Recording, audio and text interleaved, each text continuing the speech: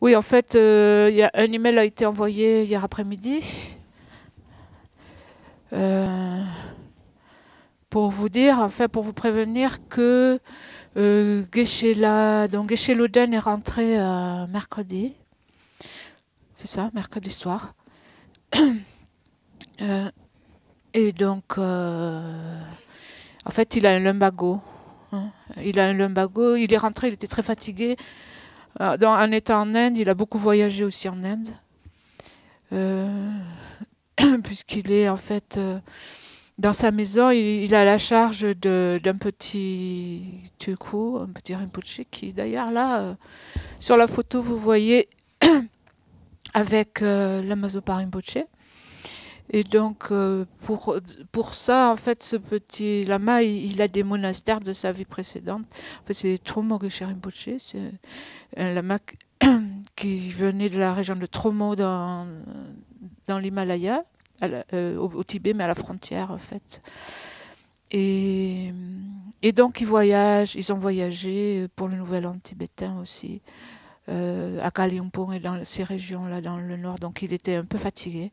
Et avant de partir de là-bas, il a fait un faux mouvement, donc il a un lumbago. Et puis je pense qu'il est assez fatigué. Et donc c'est pour cette raison il m'a demandé de faire une révision. Hein, on va travailler, on va revoir ce qu'on a vu déjà sur le texte. Euh, et donc on espère que Geshe-la viendra cet après-midi à 16h pour enseigner. Donc voilà.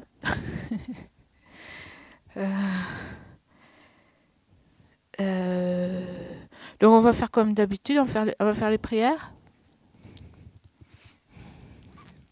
C'est bien en même temps pour... je suis désolée d'être là à sa place pour tout le monde. Le Geshe l'a dit, c'est notre karma. Et donc ça m'a permis de réviser après cette longue pause en fait qu'on a eue, vous aussi. Hein. Et donc je pense que c'est bien aussi parmi vous, particulièrement les personnes qui suivent le PEBA régulièrement et qui vont faire l'évaluation, puisque ce module, en fait, c'est le dernier week-end sur ce module. Et donc, il va y avoir une évaluation bientôt, ce mois-ci d'ailleurs. Hein. Et donc, c'est bien pour vous parce que ça vous fait réviser aussi. Hein. Et puis, c'est bien pour tout le monde, de toute façon, je pense, de réviser. Donc, nous allons prendre le livre de prière à la page 80, je sais plus, 73. Voilà, 73.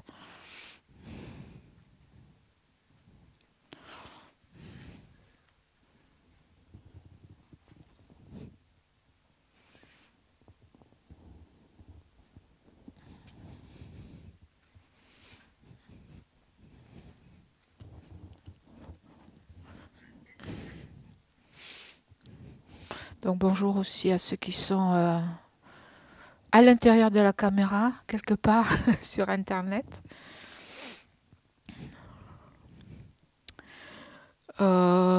Tomba chonden de chinshe pada chomba yanda pazo pesa rikpada shaso dempa dewa shepa jiten kiempa kibudo e kalogyo alana mepa lada minam ki tomba sange chonden de pekyao shakya tu pala chase loche de kyapsuchi. Au fondateur, destructeur transcendant doté de qualité, aller au-delà, destructeur de l'ennemi, être parfaitement accompli et pleinement éveillé, parfait en connaissance et en bonne conduite, Sugata, connaisseur du monde, insurpassable guide des êtres à discipliner, enseignant de tous les dieux et de tous les hommes, à vous, Bouddha Bhagawan, glorieux conquérant, sage du clan des Shakyas, je rends hommage et présente des offrandes. En vous je prends refuge. Au fondateur, destructeur transcendant doté de qualité, aller au-delà, destructeur de l'ennemi, être parfaitement accompli et pleinement éveillé, parfait en connaissance et en bonne conduite, Sugata, connaisseur du monde, insurpassable guide des êtres à discipliner, enseignant de tous les dieux et de tous les hommes. À vous, Bouddha Bhagawan, glorieux conquérant, sage du clan des Shakyas, je rends hommage et présente des offrandes. En vous je prends refuge. Vous, chef parmi les hommes, à votre naissance, vous avez fait 7 pas sur cette grande terre et annoncé « Je suis suprême en ce monde ». À vous, sage en ce temps-là, je rends hommage. Corps parfaitement pur, forme éminemment noble, océan de sagesse, vous êtes pareil à une montagne d'or, et votre renommée illumine les 3 mondes. À vous, sauveur suprême, je rends hommage. Vous êtes orné des marques excellentes, votre visage est semblable à une lune immaculée, et votre teint pareil à l'or. À vous, je rends hommage. Pur comme vous, les 3 mondes ne le sont pas. À vous, dont la sagesse est incomparable, je rends hommage. Sauveur à la grande compassion, fondateur qui connaît toutes choses, champ de mérite aux qualités aussi vastes que l'océan. À vous ainsi allez, je rends hommage. Par la pureté, il délivre de l'attachement. Par la vertu, il libère des renaissances infortunées. Unique chemin, réalité pure et suprême, au dharma qui apaise, je rends hommage. Vous êtes libérés et montrez la voie qui mène à la libération. Vous observez avec ferveur les préceptes de l'éthique, champ pur doté de réalisation. À vous, Assemblée suprême, voie la vertu, je rends hommage.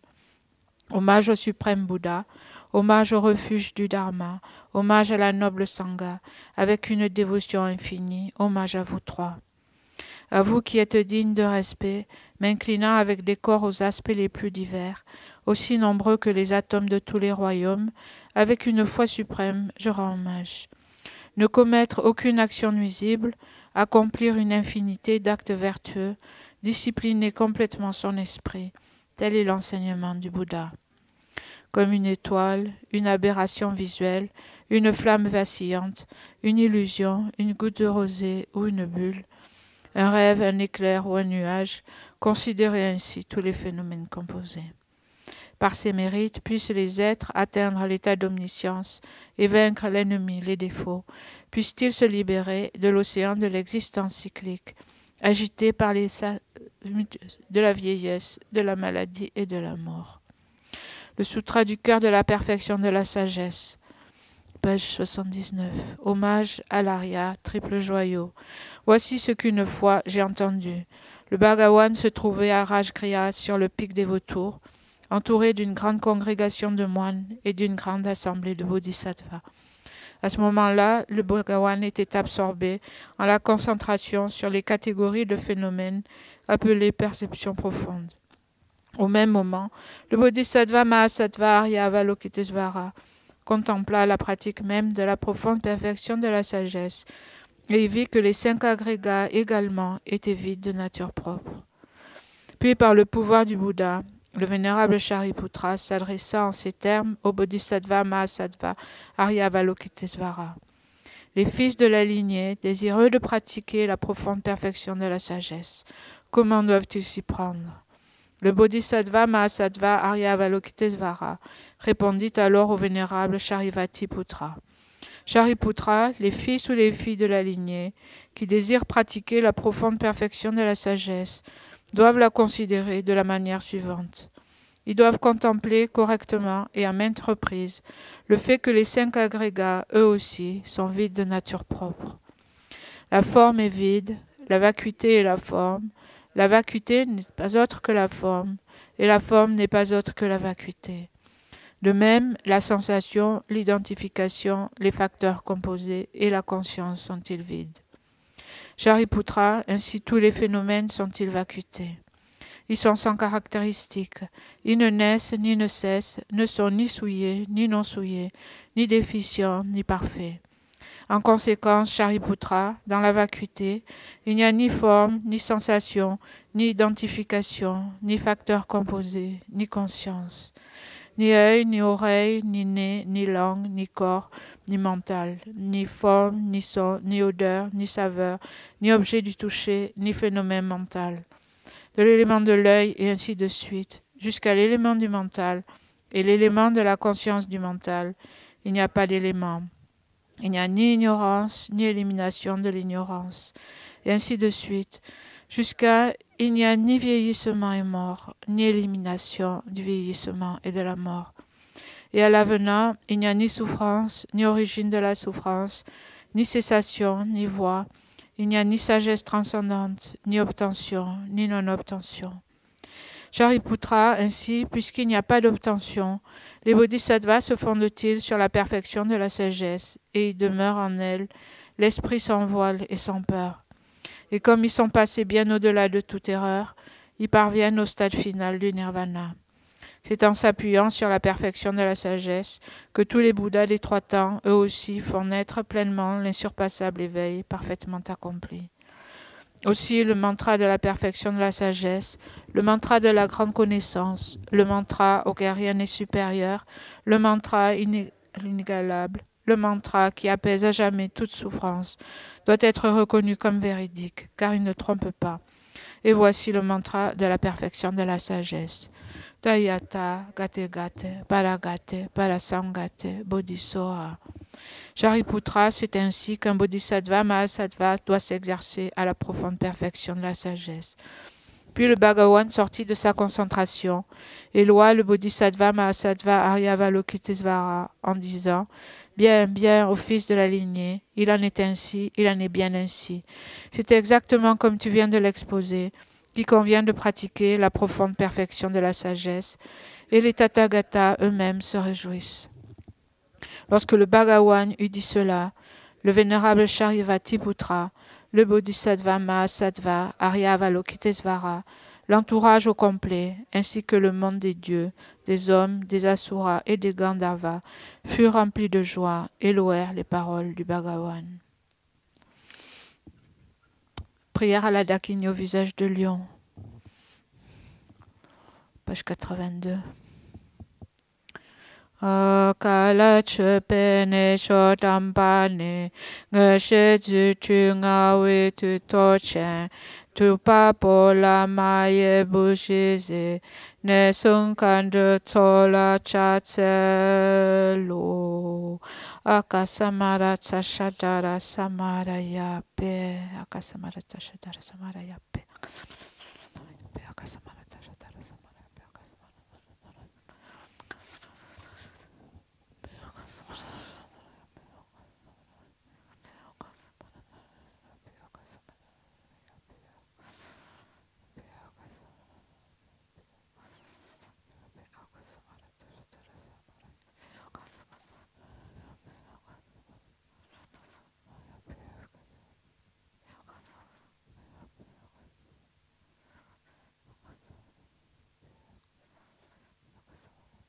Akasamara Tsashadara Samarayape Tayata Agate Paragate Parasamgate Bodhiso Pape Kencho Sunki Ke Dempe Toki Che Lopa Gyu She Mepa Gyu She Shiwa Gyu Jageba She Mitumpe Choring Embatam She Shanti Kuruso.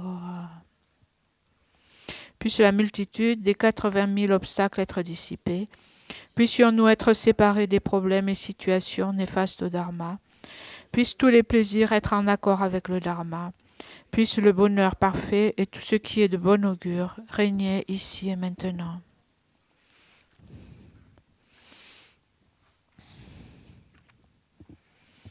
On peut faire la courte offrande du mandala.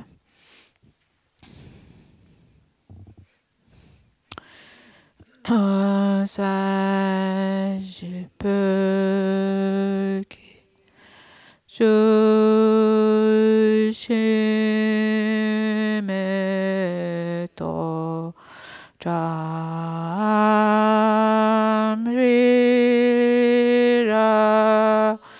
linshi ni de gyan Padi Sangye Jindu Mektebu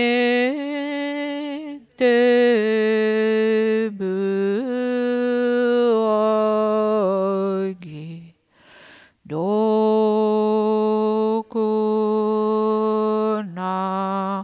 lâche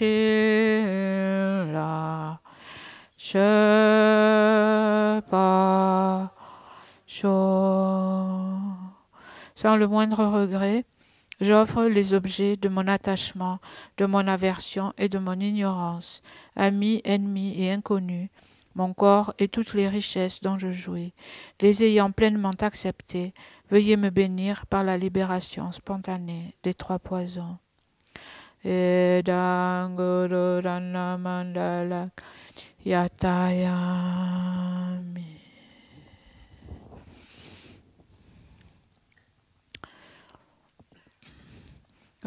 Sangye Chedan Soke Chonamla Janjo Bado Dani Kyapsuchi Daigi Jinsogi Pesanamke Dola Penshe Sangye Dupasho. Je vous propose de faire, en répétant le refuge, de méditer un peu sur la purification et l'obtention des qualités. Donc nous visualisons, nous prenons refuge devant le champ de mérite. Donc si vous savez visualiser le champ de mérite comme on le visualise en entier, vous pouvez faire ça. Mais sinon, même visualiser juste le Bouddha, en fait, inclut tous les objets de refuge. Ou vous imaginez mieux que l'espace devant vous, en fait, est rempli des Bouddhas et des Bodhisattvas. Vous-même, vous êtes entouré de tous les êtres sous forme humaine, qui prennent refuge avec vous. Et donc, vous pouvez visualiser, si vous voulez, souvent on visualise le père, votre père de cette vie à votre droite, votre mère à votre gauche. Derrière vous, tous les gens, vos proches, vos amis, votre famille. En face, tous ceux que vous aimez pas beaucoup, les étrangers. Et donc, remplissant tout l'espace, imaginez tous les êtres sous forme humaine qui prennent refuge en même temps que vous. Et donc, vous guidez la prise de refuge et vous les guidez tous dans la prise de refuge.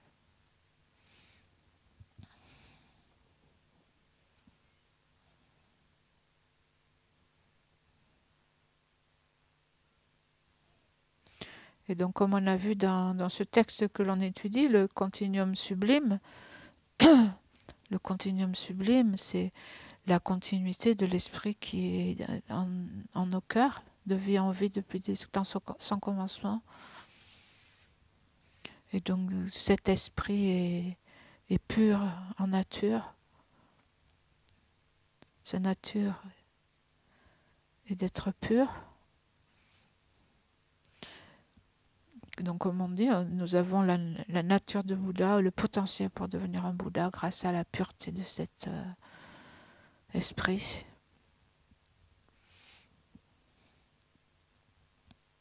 Et donc, on peut dire ça, c'est la cause principale, c'est le fondement grâce auquel nous pouvons tous atteindre l'éveil.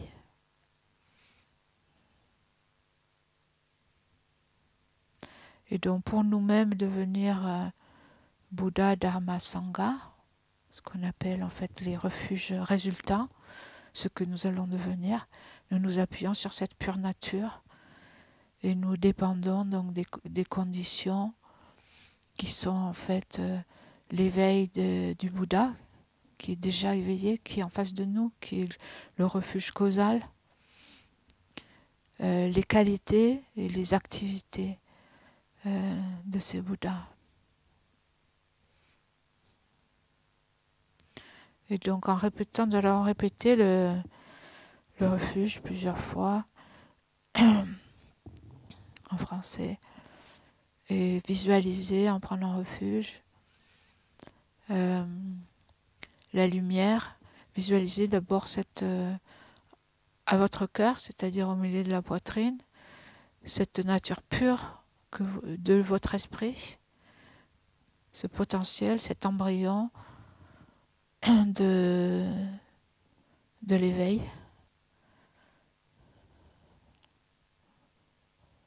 qui est en fait la nature fondamentale et primordiale de notre esprit. Vous pouvez la visualiser comme quelque chose de lumineux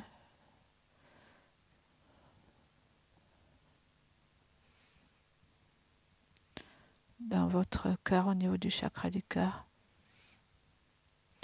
Et donc cette nature est entourée de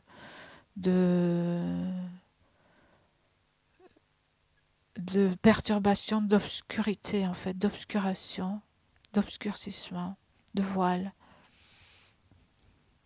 Et en prenant refuge, donc visualisez la lumière et le nectar blanc qui s'écoule du Bouddha en face de vous, des objets de refuge, et donc qui coulent en vous et qui viennent en fait libérer cette nature pure, la débarrasser de ce qui l'obscurcit. Donc on peut répéter un nombre de fois ce refuge en faisant la visualisation. Jusqu'à l'éveil, je prends refuge en le Bouddha, le Dharma et la communauté suprême, la Sangha. Jusqu'à l'éveil, je prends refuge en le Bouddha, le Dharma et la communauté suprême, la Sangha. Jusqu'à l'éveil, je prends refuge en le Bouddha, le Dharma et la communauté suprême, la Sangha. Donc vous pouvez répéter pour vous-même en faisant la méditation du nectar et de la lumière blanche qui vient purifier votre nature de Bouddha et celle de tous les êtres autour de vous. On répétait un certain nombre de fois la prière du refuge.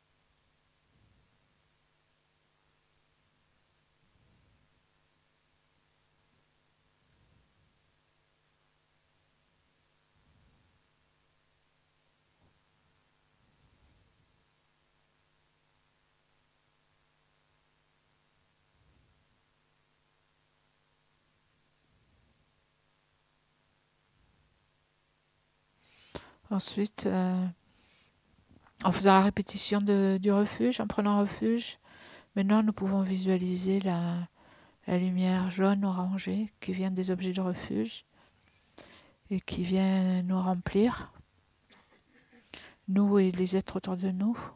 Et nous pouvons visualiser que nous recevons les bénédictions du Bouddha. Nous pouvons, toutes les qualités dont nous avons besoin, nous recevons l'inspiration, la protection du Bouddha, et particulièrement dans les qualités qui servent à éveiller cette nature de Bouddha, la foi dans le Mahayana, la sagesse qui réalise la vacuité, la concentration et la grande compassion. Nous recevons toutes ces qualités en fait du Bouddha qui nous permettent nous-mêmes d'éveiller et de développer notre potentiel. Jusqu'à l'éveil, je prends refuge en le Bouddha, le Dharma et la communauté suprême, la Sangha. Jusqu'à l'éveil, je prends refuge en le Bouddha, le Dharma et la communauté suprême, la Sangha.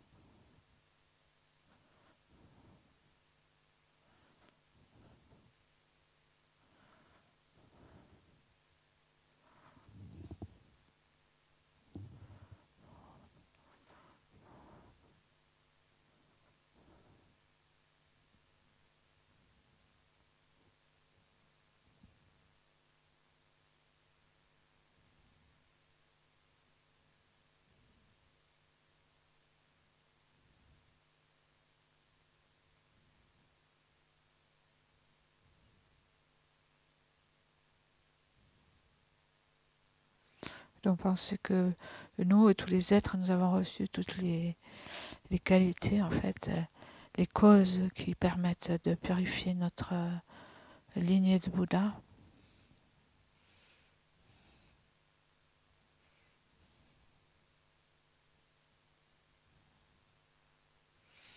Et nous développons l'esprit d'éveil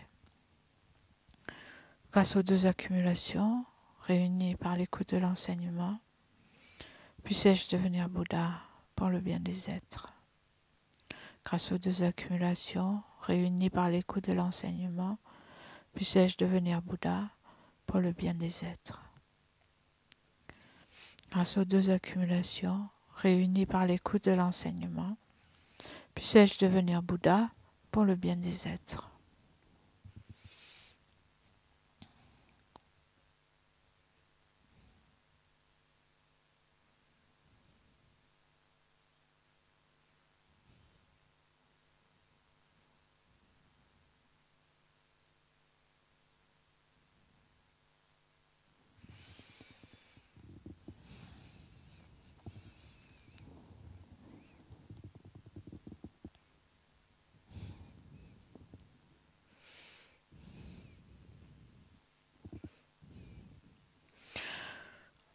Donc nous avons une session jusqu'à midi et quart. On fera une pause quand même. Et puis peut-être un peu de méditation.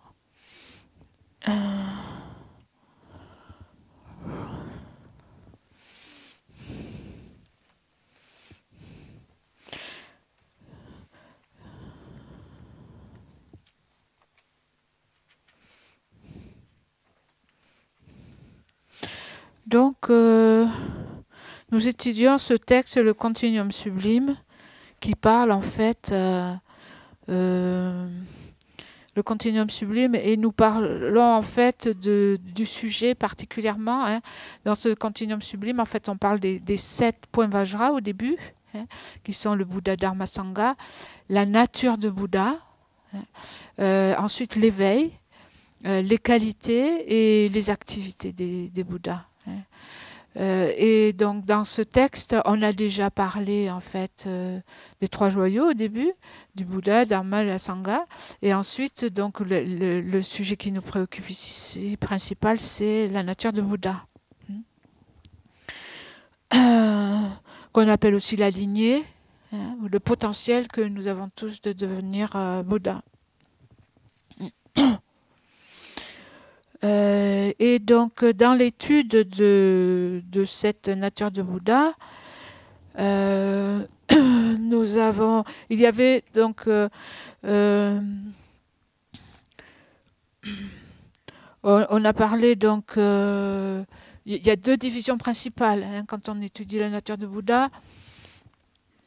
Il y a une présentation en 10 points, et ensuite il y a les 9 analogies. Hein. Donc d'abord,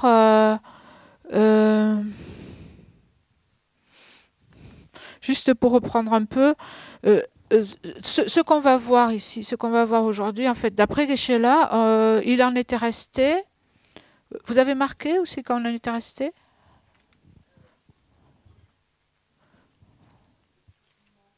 Pardon ?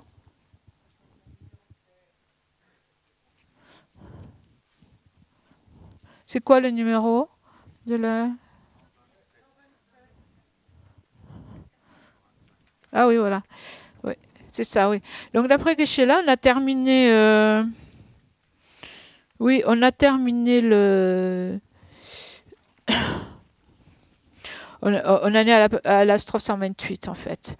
On a parlé de toutes les illustrations, hein, les facteurs perturbateurs. Voilà, on a passé en revue toutes les illustrations, les 9.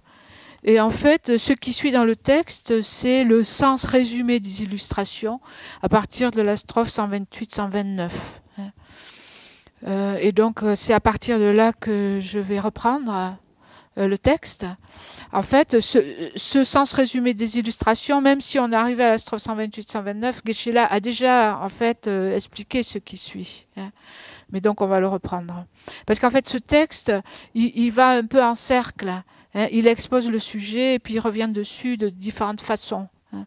Donc Geshe-la, quand il a expliqué, il a déjà expliqué ces différentes façons. En fait, il a déjà puisé dans la suite. Hein. Donc nous utilisons le texte et nous utilisons aussi, il y a ce tableau qui avait été donné. Peut-être que certains d'entre vous ne l'ont pas. Je ne sais pas si Françoise est là-haut. Peut-être. C'est le tableau, la correspondance entre les analogies, les voiles, les catégories d'être et la nature de Bouddha. C'est un tableau avec 5 colonnes et 2 colonnes grises dans ces 5. Qui c'est qui l'a pas? Je ne sais pas s'il y a quelqu'un là-haut. Françoise n'est pas là? Françoise a dit qu'elle viendrait, mais sinon vous partagez. Hein? La plupart des gens l'ont apparemment, donc on peut partager, vous pouvez partager.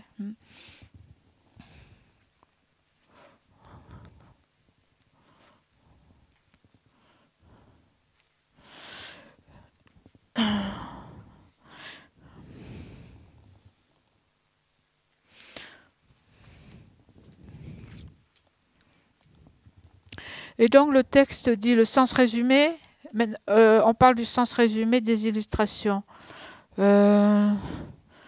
have a text? You have the root text? Ah, you have this, ok. Donc et on a aussi le texte racine.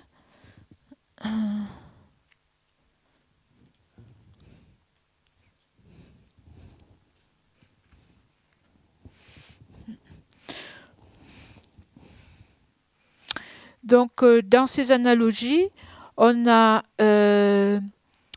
une pollution, quelque chose qui pollue en fait, pour illustrer en fait les voiles qui polluent la nature de Bouddha. En fait, l'essentiel de cet enseignement, c'est quoi? L'essentiel de cet enseignement, c'est la nature de l'esprit est pure, tous les êtres ont la nature de Bouddha, tous les êtres ont cette nature pure, et cette nature pure est obscurcie, mais ces obscurcissements sont temporaires, sont adventices, et ils peuvent être séparés. Ces obscurcissements ne font pas partie de la nature de Bouddha et on peut les séparer et on peut purifier l'esprit et atteindre l'état d'éveil. Donc tous les êtres ont la nature de Bouddha. Donc il est dit, le corps du Bouddha pénètre partout. La réalité est de nature indifférenciée. La réalité, ça c'était à la strophe 27. La réalité, c'est la vacuité, en fait, l'incité pénètre partout. Ça veut dire que la réalité du Dharmakaya est complètement indissociable, indifférenciée, c'est-à-dire indifférenciée de la réalité des êtres, c'est-à-dire de l'incité de notre propre esprit. Quand on parle de la lignée de Bouddha ou la nature de Bouddha, c'est quoi? C'est la réalité de l'esprit pollué, c'est-à-dire la vacuité de l'esprit pollué. Tant que l'esprit est pollué comme le nôtre, celui des êtres qui ne sont pas Bouddha, donc tant qu'on n'a pas atteint l'état de Bouddha, il y a toujours des pollutions, il y a toujours des obscurcissements à éliminer. Et donc, la nature, la réalité, la vacuité d'un tel esprit, l'incité d'un tel esprit, c'est ça qu'on appelle la nature de Bouddha. Et donc, cette incité, elle est indifférenciée, elle est indissociable. La vacuité est une. Donc, que ce soit le Dharmakaya ou que ce soit la réalité des êtres, la lignée, l'incité, elles sont indissociables. Donc, dans ce sens, la lignée existe, elle existe chez tous les êtres. Et donc, quand dans la présentation, il y a la présentation générale, donc on a présenté en fait cette lignée c'est ce que vous voyez aussi, donc, quand on parle de la lignée ou la nature de Bouddha. En fait, dans le tableau, vous avez la nature tripartite de la nature de Bouddha. Quand on parle de la nature de Bouddha, en fait, on parle de 3 aspects de la nature de Bouddha. Donc, les 3 aspects, c'est quoi les 3 aspects? Quelqu'un s'en souvient? Donc, quand on parle de la nature de Bouddha, on parle de 3 aspects qui sont le Dharmakaya, l'incité et la lignée. Et donc, ces 3 aspects du Bouddha, ces 3 aspects, pardon, de la lignée ont une caractéristique générale qui est leur pureté naturelle, la pureté naturelle du Dharmakaya, de l'incité, de la lignée. Et ils ont aussi des caractéristiques individuelles. On avait vu, le Dharmakaya est comme un joyau. Ici, quand on parle du Dharmakaya, en fait, on parle du Dharmakaya qui émane les activités éveillées. Et donc, les activités du Dharmakaya s'engagent auprès des êtres et remplissent tous leurs souhaits. Pour cela, le Dharmakaya est comparé à un joyau. Quand on parle de l'incité ou la vacuité, on dit l'incité comme l'espace. Parce que, comme l'espace, c'est un phénomène qui n'est pas composé, qui ne change jamais en autre chose, qui est stable et qui est immuable. Et quand on parle de la lignée, le 3e aspect de la nature de Bouddha, quand on parle de la lignée est comparée à de l'eau pure. Et donc, quand on compare la lignée à de l'eau pure, on parle surtout, en fait, de la lignée qui se développe, parce que au moment de planter la graine, la lignée qui se développe a l'aspect de la compassion pour les êtres. La lignée qui se développe à l'aspect de la compassion, c'est pour ça qu'on la compare à de l'eau. Donc ça, ce sont les 3 aspects de la nature du Bouddha. Et donc, si on prend le texte, c'est les strophes 128-129. Quelqu'un aurait un texte à partager? Non? Il y a des gens qui n'ont pas le texte Racine? Qui c'est qui l'a pas? You have? Non. Il y a 2 personnes qui l'ont pas, si vous voulez partager. Si vous pouvez partager avec quelqu'un. Si vous, ouais, voilà. Tu peux avec ta voisine. Voilà, tu peux lui passer, ou tu t'assois avec lui, voilà. Donc, 328-129. Dans un lotus, au milieu d'abeilles, dans une enveloppe, des impuretés et le sol. À l'intérieur de l'écorce d'un fruit, dans des vêtements souillés, dans le ventre d'une femme et de l'argile, respectivement. Donc tout ça, ce sont les 9 exemples qui montrent en fait qui sont des exemples de voiles. Donc ce sont les 9 voiles qui cachent quoi? Ce qui est semblable au Bouddha, au miel, à une graine, à l'or, à un trésor, à un arbre, à une image précieuse, un empereur et une statue d'or, statue en or. Donc dans ces deux strophes, on a les 9 analogies des voiles et les 9 illustrations de la nature de Bouddha, pour montrer que la nature de Bouddha est cachée par ces voiles. Donc, la nature de Bouddha des êtres n'est pas liée aux strates de souillure existant depuis toujours. Là, j'en suis à la strophe 130. Donc, la nature de Bouddha des êtres, c'est-à-dire la vacuité de l'esprit, n'est pas liée aux strates de souillure existant depuis toujours. Ça veut dire que bien que depuis toujours, l'esprit est recouvert de couches de souillure, d'impureté, la nature de Bouddha, elle est jamais mélangée. Elle n'est jamais polluée véritablement. La nature de l'esprit est sans souillure depuis des temps sans commencement, ce qui est illustré par les 9 analogies.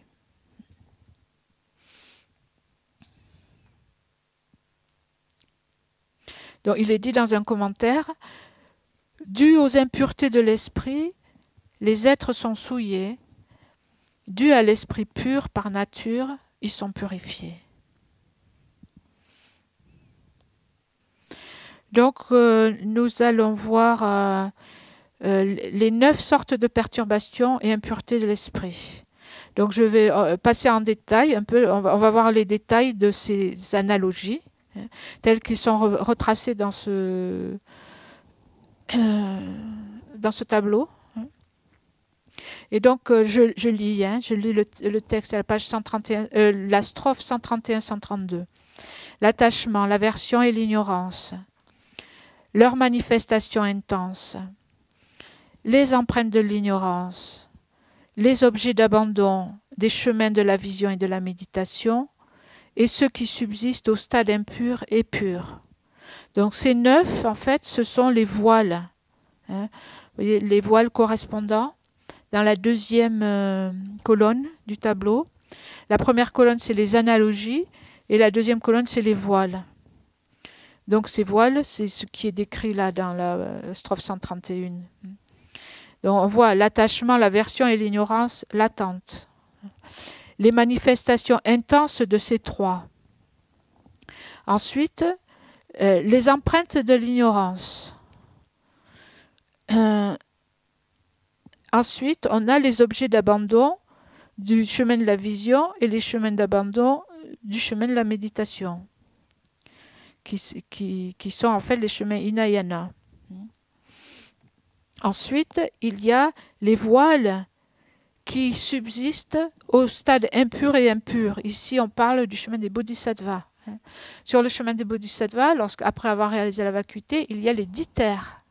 Et donc ces 10 terres, on dit il y a 7 terres impures et 3 terres pures.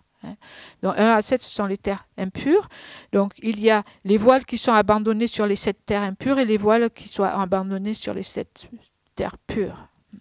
Donc ce sont les 9 sortes de perturbations qui sont illustrées par ces analogies. Et les exemples, donc le fourreau de la fleur de lotus et les autres,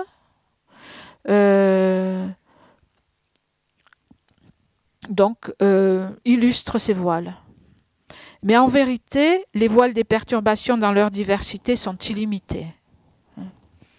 Mais ici, le voile des perturbations, donc ces voiles sont illimités, mais ils sont classifiés dans ces 9.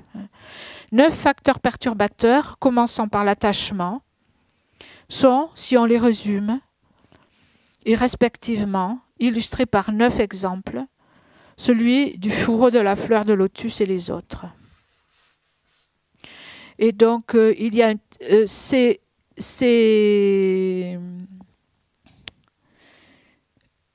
voiles, en fait, qui correspondent aux analogies, sont associés aussi à une catégorie d'êtres qui les possèdent, en fait, principalement.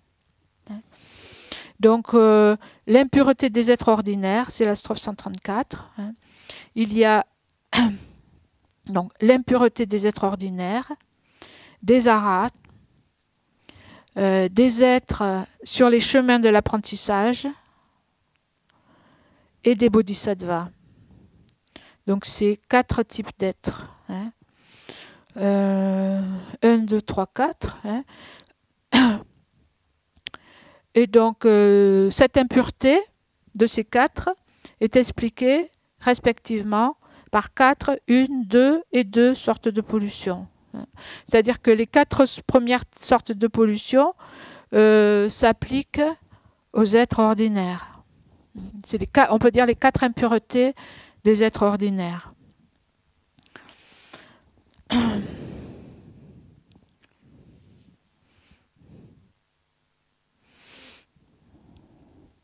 Donc, ces 4 premiers, en fait, contaminent particulièrement le continuum mental des êtres ordinaires. Ici, on voit d'ailleurs, vous voyez dans le C'est ça, hein? Oui. Donc, il y a les 4 premières. On va faire la différence ici entre les êtres ordinaires, les 3 qui correspondent en fait aux 3 premières pollutions, et ceux chez qui la manifestation est intense. La différence, en fait, c'est que dans les 3 premières, l'attachement est latent. L'attachement, l'aversion, l'ignorance est latente, alors que dans la 4e, c'est la manifestation intense de ces poisons. Et donc, on va dire que au niveau de la manifestation intense des 3 poisons, ce sont les êtres, en fait, qui ont un fort désir, et qui créent, en fait, des karmas qui, sous la force de ces manifestations, de ces poisons intenses, créent des karmas vertueux et non vertueux qui vont les propulser dans le monde du désir. Alors que les 3 premiers, chez qui on dit ont abandonné l'attachement, ils n'ont pas abandonné l'attachement, mais chez qui l'attachement n'est pas manifeste, mais chez qui l'attachement, l'aversion et l'ignorance sont quand même au niveau latent, c'est-à-dire qu'ils n'ont pas abandonné les graines.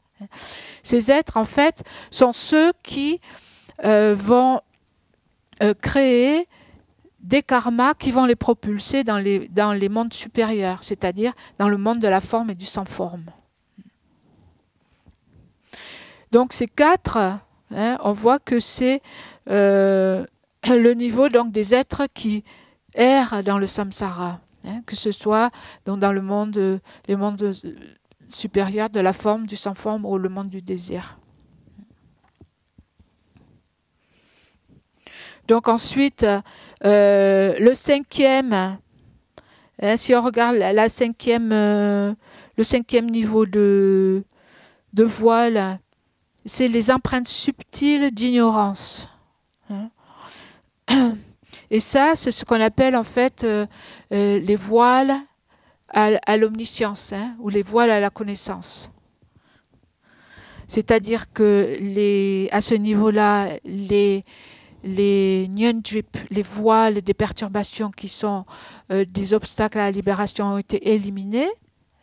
Et donc, ça s'applique aux arhats. Aux arhats qui ont abandonné les voiles des perturbations, mais n'ont pas abandonné encore les voiles à la connaissance.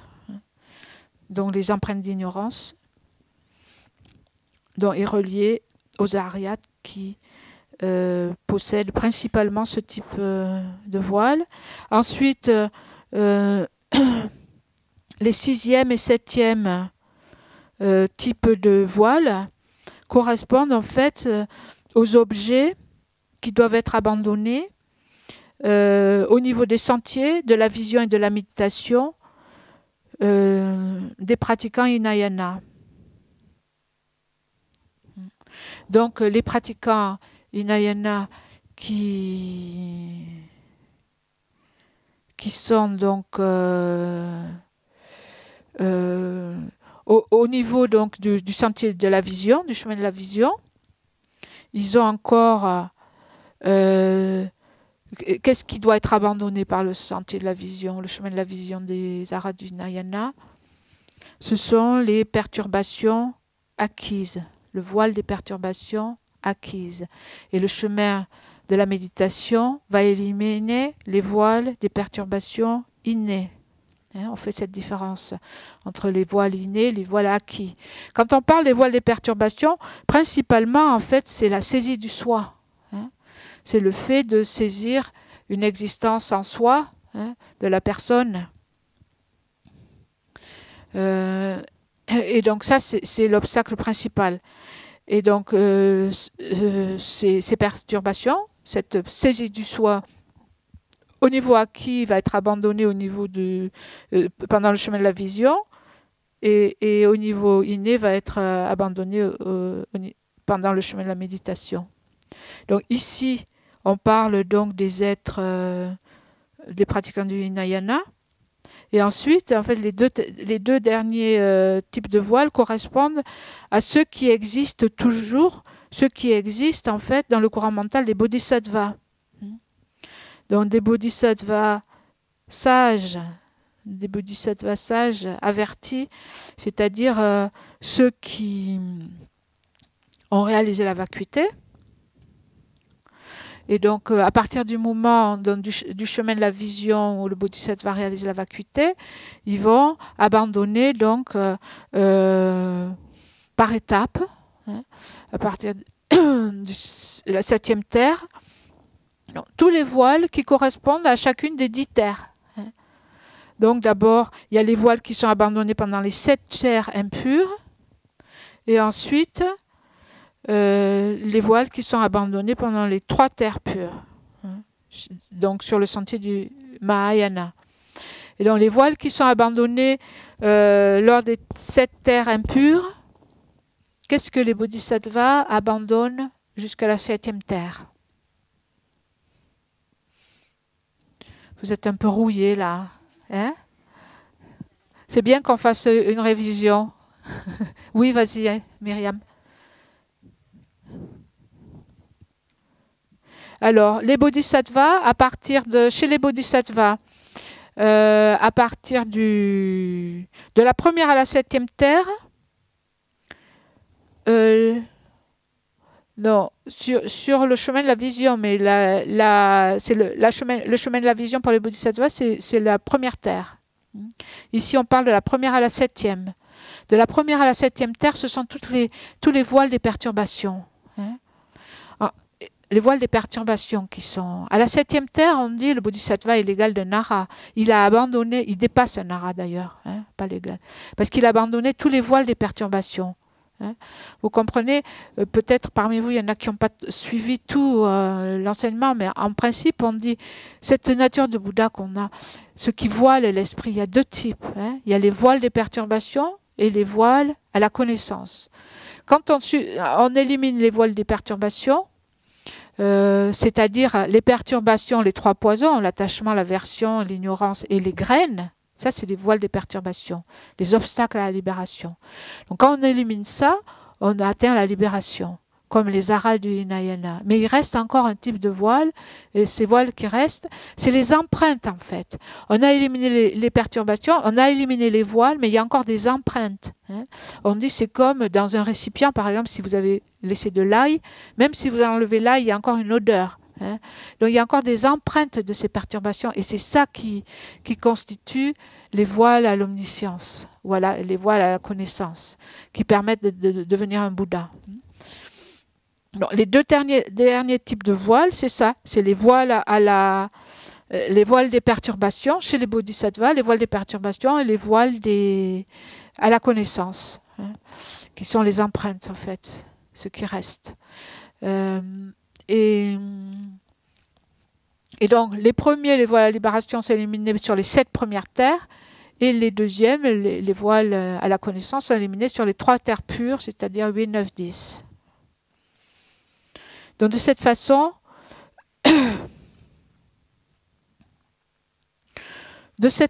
donc, c'est ce que dit voilà, on a expliqué la strophe 134.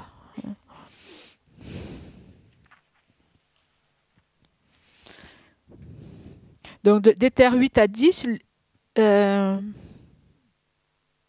voilà, les 7 premières terres des bodhisattvas permettent de surmonter et de détruire, d'abandonner les niveaux progressifs des voiles à la libération, qui sont leur objet principal d'abandon. Et les terres 8 sur les 3 dernières terres, 8 à 10 en fait, progressivement, ils vont abandonner les voiles à la connaissance. Et quand ils sont complètement abandonnés, le bodhisattva atteint l'éveil. Donc de cette façon, on a vu l'impureté des êtres ordinaires qui est expliquée par les 4 premiers, hein, les 4 premières divisions. Hein. L'impureté des êtres ordinaires est illustrée donc par les 4 premiers exemples.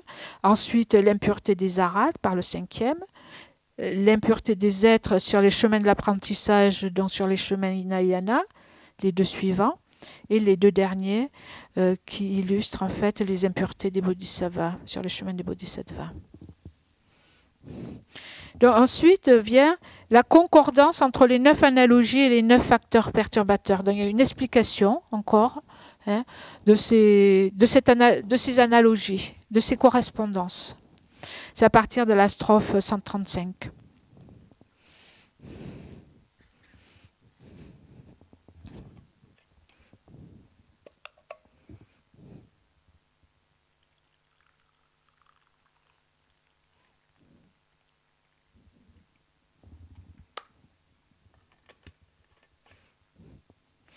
Donc je vous propose, on va voir ces strophes à partir de la 135, mais j'aimerais quand même, avant chaque strophe, relire le texte qui explique,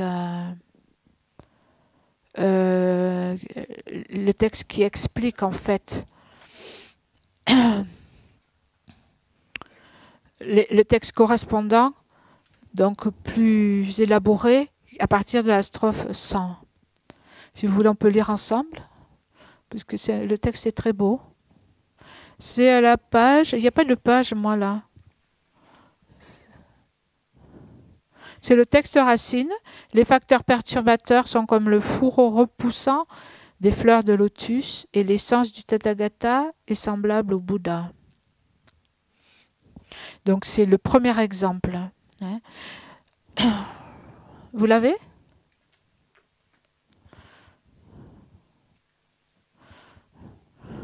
À partir de la strophe 100. Supposez que le Bouddha, resplendissant par ses 1000 marques, demeure à l'intérieur d'une fleur de lotus fanée, et qu'un homme possédant l'œil divin, immaculé, le perçoive et le libère du fourreau des pétales de lotus. De façon similaire, le Sugata, avec son œil de Bouddha, perçoit sa propre nature, même en ceux des mondes les plus bas, et immaculé, empli de compassion et éternel, les libère des obscurcissements. Tout comme une personne à la vision divine perçoit une fleur de lotus fanée et repoussante avec un Bouddha à l'intérieur et en écarte les pétales, le maître perçoit le monde, la nature de Bouddha recouverte des voiles de facteurs perturbateurs de l'attachement, de la haine, etc., et détruit ces obscurcissements par compassion.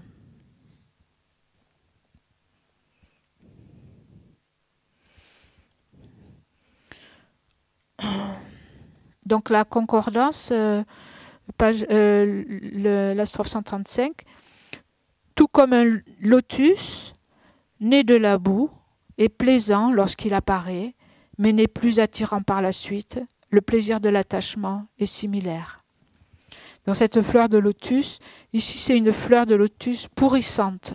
Hein, on parle du fourreau de la fleur de lotus, et donc dans ce fourreau de la fleur de lotus se trouve un Bouddha en or. Et donc cette fleur de lotus illustre l'attachement latent.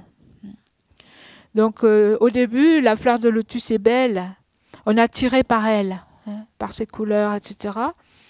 Et ensuite elle fane, elle pourrit, hein, elle est repoussante. Et donc le plaisir de l'attachement est similaire à une telle fleur. C'est-à-dire que l'objet de l'attachement est attirant au début, il est plaisant lorsqu'il apparaît, mais par la suite, en fait, il n'est plus attirant du tout.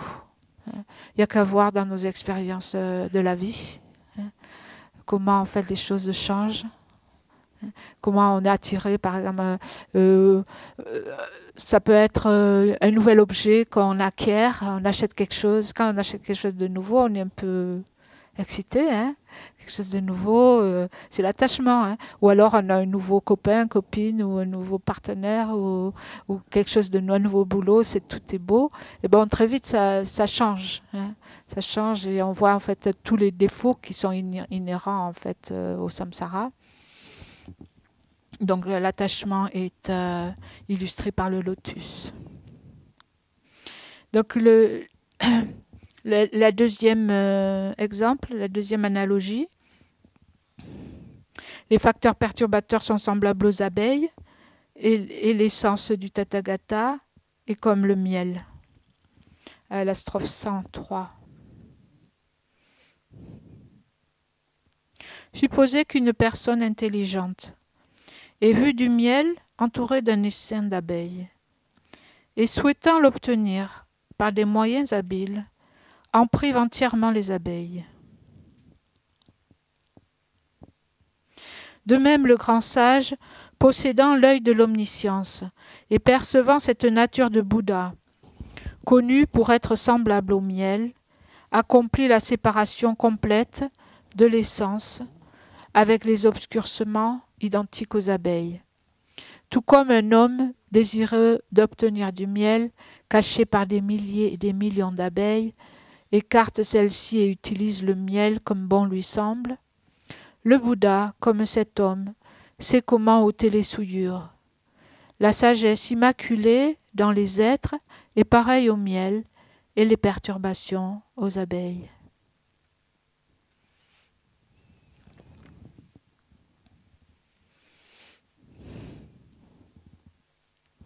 Donc ici, à la strophe 136, tout comme les abeilles, une fois excitées, piquent douloureusement.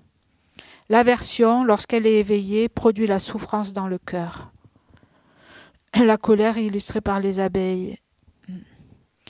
Donc on voit, une fois que l'abeille est excitée, qu'elle pique, donc elle meurt. On voit par cela que la colère nuit aussi bien à nous et aux autres. Celui qui est en colère est celui qui en pâtit. Donc lorsqu'on est en colère, notre apparence se détériore, on dit des choses désagréables, on est irrité, mécontent. Et donc elle produit la souffrance. La troisième analogie, c'est l'ignorance latente qui est comparée à la balle ou l'enveloppe du grain. Et donc on peut lire à la strophe 106. Les facteurs perturbateurs sont semblables à l'enveloppe externe et l'essence du Tathagata est similaire au grain interne. Les grains recouverts par l'enveloppe ne peuvent être mangés par quiconque. Ceux qui souhaitent s'en servir comme nourriture et autres l'extraient de l'enveloppe. De même, la bouddhéité en chaque être est polluée par les souillures des perturbations, et à moins de les libérer du contact des souillures de facteurs perturbateurs, elle ne peut manifester les actes d'un Bouddha dans les trois sphères. Tout comme les grains de riz, de blé, d'orge, etc., ne peuvent servir de nourriture agréable pour les gens tant qu'ils ne sont pas extraits de l'enveloppe et bien nettoyés, le maître de Dharma, résidant en chaque être, dont la forme n'est pas extraite de l'enveloppe des facteurs perturbateurs, ne peut devenir celui qui accorde le goût plaisant du Dharma aux gens torturés par la faim des facteurs perturbateurs.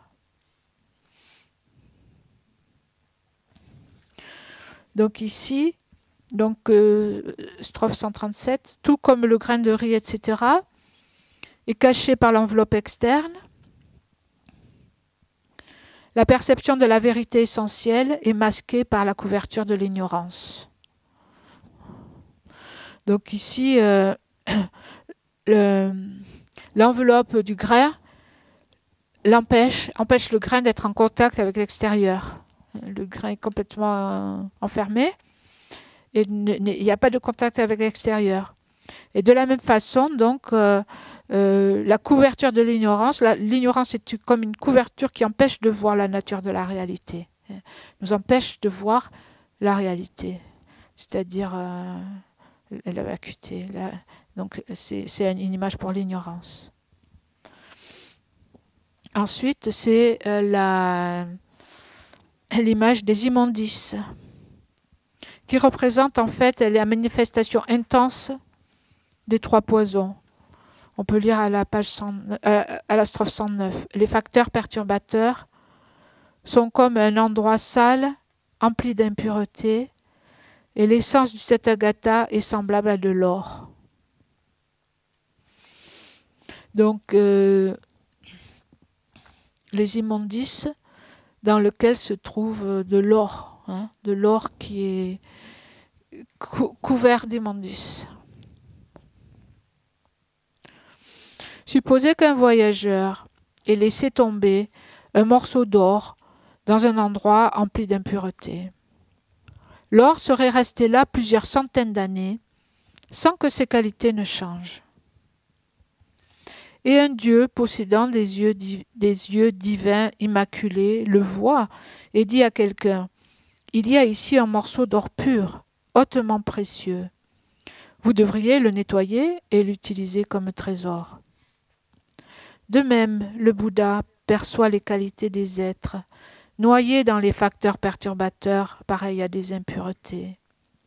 Il fait pleuvoir la pluie du Dharma sur les êtres afin de laver ces souillures que sont les facteurs perturbateurs. Tout comme un dieu, voyant un morceau d'or de grande beauté tomber dans un endroit sale empli d'impuretés, le montre à des gens afin de le purifier des impuretés. Le Bouddha, percevant le trésor du Bouddha en tous les êtres, qui est tombé dans un grand fossé empli de l'impureté des facteurs perturbateurs, enseigne le Dharma aux êtres afin de purifier le trésor.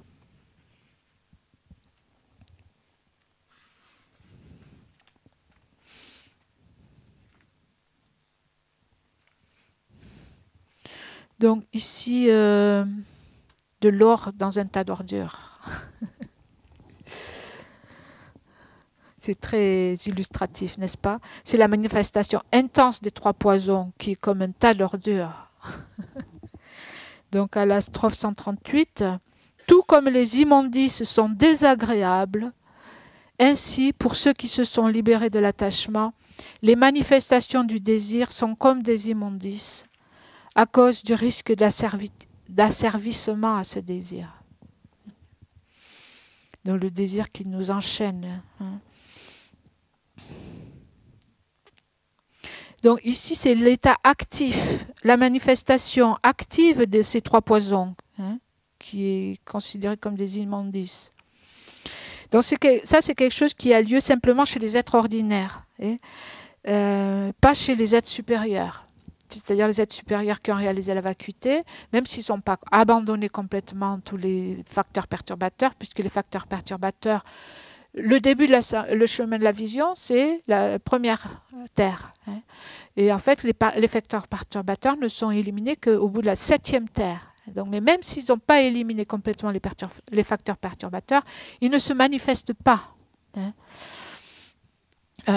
Donc ces manifestations intenses, c'est simplement chez des êtres ordinaires. Et ces manifestations intenses des perturbations obstruent l'obtention des chemins supérieurs. Hein, c'est quelque chose qui nous empêche de voir la réalité. Donc les êtres supérieurs, c'est-à-dire les êtres supérieurs, on dit êtres supérieurs qui ont réalisé la vacuité directement à partir du chemin de la vision. Hein. Les êtres supérieurs n'accumulent pas nouvellement de karma qui les projetterait dans une renaissance dans l'existence cyclique. Parce que chez eux, les perturbations ne se produisent plus de façon intense. Donc comme les perturbations ne sont pas intenses, ils ne créent plus de karma propulsif qui les font prendre renaissance. Bon, pour accumuler un tel karma, il faut qu'elle se manifeste de façon intense. Et donc, comme ils ont la réalisation directe de la vacuité, ils réalisent directement la façon dont les choses existent, et donc leurs perturbations sont très faibles et n'a plus le pouvoir de leur faire accumuler du karma propulsif. Mais les bodhisattvas, même s'ils n'accumulent pas de nouveaux karmas, de nombreux supérieurs, c'est-à-dire des aryas, hein, peuvent reprendre naissance. Et les bodhisattvas supérieurs prendre naissance volontairement, en fait, sous le pouvoir des prières et de leur compassion.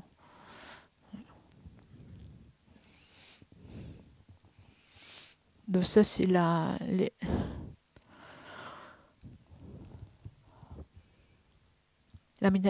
manifestation intense des trois poisons. Ensuite, donc Les voiles suivants, euh,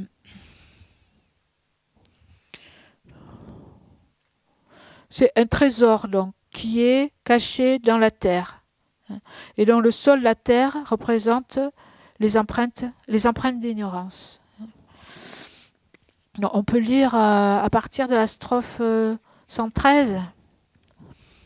Les facteurs perturbateurs sont comme le sol en profondeur et l'essence du Tathagata est semblable à un trésor de joyaux. Supposez qu'il y ait un trésor inexhaustible sous le sol de la maison d'un pauvre homme. Mais cet homme n'en a pas conscience et le trésor ne peut lui dire « je suis ici ». De même, bien qu'il existe un trésor de joyaux immaculés, à savoir les qualités inexhaustibles et inconcevables de l'esprit, les êtres du monde, sans l'avoir reconnu, subissent constamment la souffrance de la pauvreté de différentes manières. Tout comme un trésor de joyaux sous la maison d'un pauvre homme ne lui dit pas « je suis ici », et qu'ainsi l'homme ne sait pas « il y a ici un trésor ». Le trésor de qualité demeurant dans la maison de l'esprit est similaire, et les êtres sont comme le pauvre homme. Pour permettre à ces gens d'obtenir ce trésor, le sage apparaît dans le monde. Ça donne de l'espoir. Hein?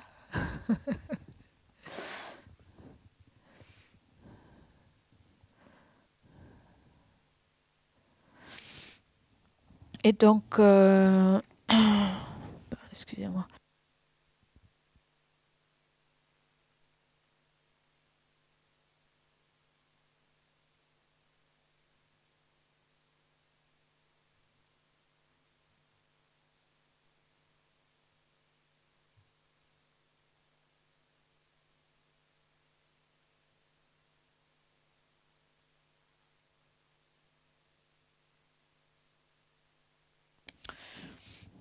Et donc, oui.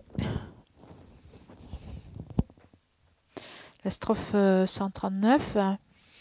Tout comme les gens, à cause de leur ignorance, ne peuvent obtenir le trésor caché sous le sol, ils ne peuvent obtenir la bouddhéité, obscurcie par la terre de l'ignorance. Donc, des gens pauvres ne savent pas qu'il y a un trésor enterré chez eux.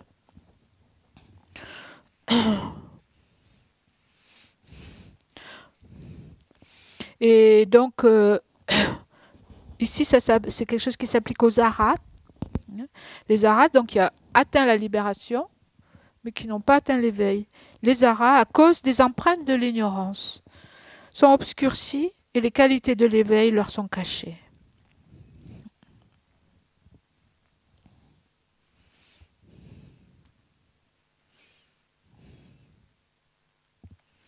Ensuite, donc c'est la graine qui cache en fait l'arbre.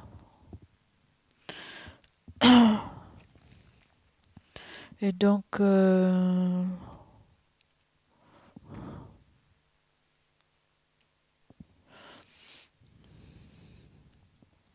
c'est la strophe 116. On peut lire. Les facteurs perturbateurs sont comme l'enveloppe et l'essence du Tathagata est semblable au germe dans une graine. Tout comme le germe d'une graine dans un fruit, de manguier, de tala, etc., est de nature impérissable, et une fois planté dans le sol, arrosé, etc., devient graduellement de la nature d'un arbre royal. La pure essence ultime, résidant en chaque être, couverte par le fourreau de l'enveloppe de l'ignorance et autres, grandit graduellement grâce à telle et telle vertu et obtient le stade de roi des sages. Un arbre pousse de l'intérieur de l'enveloppe d'un fruit de manguier, de tala, etc. Aidé par l'eau, la lumière du soleil, l'air, le sol, le temps et l'espace. De la même façon, le germe de la graine de Bouddha, contenu dans l'écorce du fruit que sont les facteurs perturbateurs des êtres, pousse grâce à telle et telle vertu, résultant en l'arbre de la vérité ultime.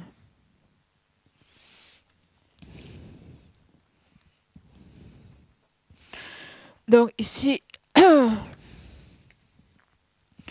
c'est la strophe, quelle strophe 140. De même qu'un germe, en poussant graduellement, perce l'enveloppe de la graine, les perturbations, abandonnées par la vision, sont éliminées par la perception de la vérité. Donc ici, on est les perturbations qui sont abandonnées par le chemin de la vision, c'est-à-dire les voiles des perturbations acquis. En voyant la vérité, sont abandonnées. Donc lorsqu'un germe pousse, l'enveloppe se fend, hein, la graine s'ouvre, et donc le germe s'ouvre, détruit l'enveloppe, la graine elle-même sera détruite. De la même façon, lorsqu'on voit nouvellement et directement l'incité, la vacuité, dans cette vision permettra de détruire les objets d'abandon du sentier de la vision. Ce qui doit être abandonné, c'est-à-dire la saisie du soi acquise. Le germe, éventuellement, donnera un arbre et la graine sera détruite.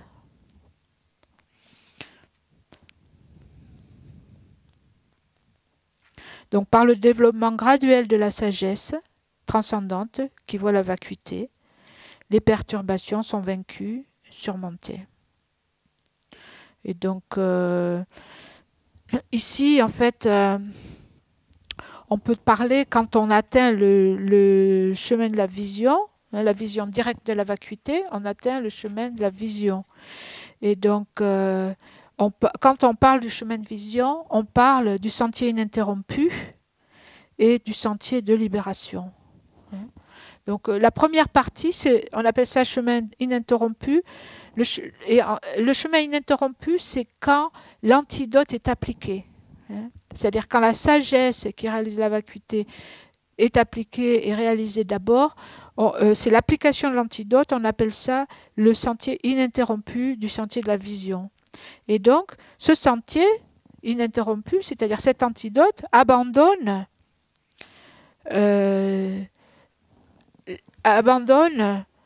la saisie acquise. Ici, en fait, on parle de jicta, la vue de l'assemblage périssable. Et donc, lorsque ces objets sont abandonnés, il atteint le sentier de libération. Donc, il y a d'abord l'application de l'antidote et ensuite l'état d'être libéré de ce qui a éliminé. Et en fait, c'est ça, c'est ce processus de l'application de l'antidote au sentier ininterrompu et ensuite de l'état d'être libéré. C'est ça qui est illustré par une graine qui se transforme en pousse et en arbre. Et la graine cessant alors d'exister.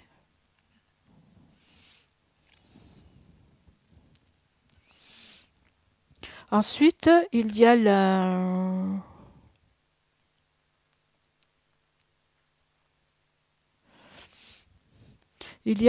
ce qui suit, en fait, les objets d'abandon du chemin de la méditation qui sont comparés à des haillons.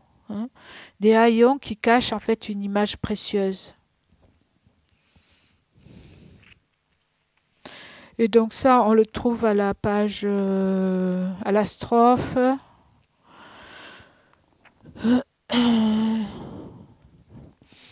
119. Les facteurs perturbateurs sont comme un vêtement souillé, et l'essence du Tathagata est semblable à une précieuse image. Supposez qu'une image de Bouddha, faite de précieux joyaux, mais enveloppée de tissus souillés et malodorants, soit abandonnée sur la route, et qu'un dieu la voyant en parle à des voyageurs afin qu'elle soit récupérée. De même, celui qui a des yeux sans obstruction perçoit, même chez les animaux, la nature de Bouddha cachée par les pollutions de diverses sortes de perturbations et offre des moyens afin de l'en délivrer.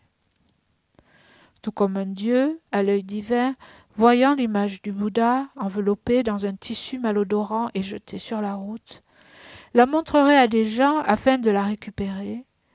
Le maître, percevant, même chez les animaux, la nature de Bouddha jetée sur la route de la transmigration et couverte du tissu malodorant des facteurs perturbateurs, a enseigné le Dharma afin de les en délivrer.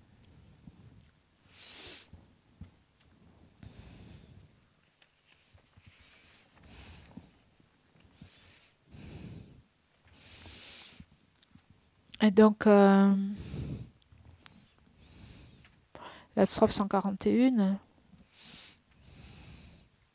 Donc, le fondement du concept de la personne est détruit en suivant le noble chemin. Ce qui doit être abandonné par la sagesse de la méditation est perçu comme un vêtement souillé. Donc, on a détruit la vue acquise de l'assemblage transitoire. Si vous vous rappelez, Jikta, c'est la saisie du soi, en fait. C'est une façon, en considérant les agrégats, on saisit un soi sur la base des agrégats. Donc, on a éliminé la saisie acquise, reste à éliminer la saisie innée. Et cela est détruit sur le sentier de la méditation grâce à la concentration Vajra. Et donc, les voiles restants tombent en lambeaux comme des haillons, en fait, comme des vêtements usés. Les vêtements usés sont comme des haillons qui tombent en lambeaux et qui n'ont plus de substance. Et cela illustre en fait la destruction des voiles des perturbations complètes sur donc le chemin de la méditation.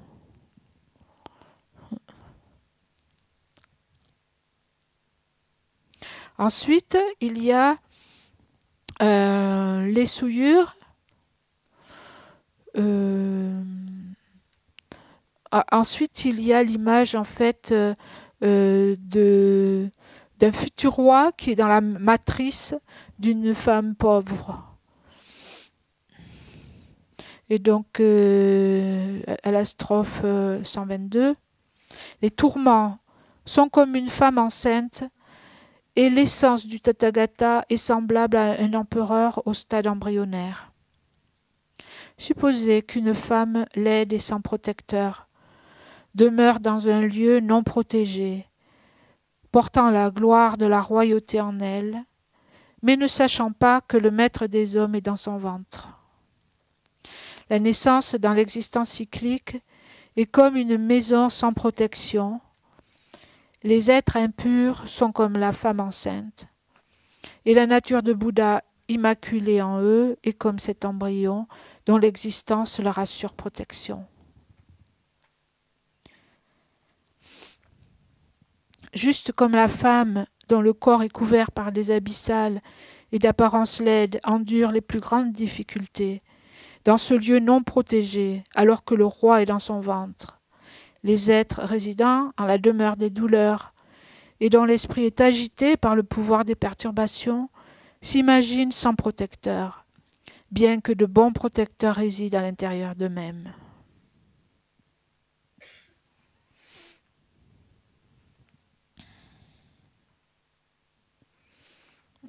Donc, la strophe 142, les souillures qui demeurent dans les 7 terres sont comme les impuretés de l'utérus contenant l'embryon, et la sagesse non conceptuelle ressemble à la forme mature de l'enfant royal.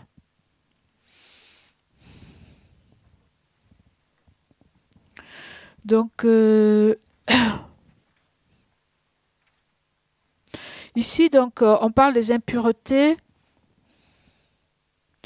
Donc, la matrice, en fait, cache ce qui est à connaître, c'est-à-dire l'enfant qui deviendra roi, et qui est le protecteur, en fait, de tous.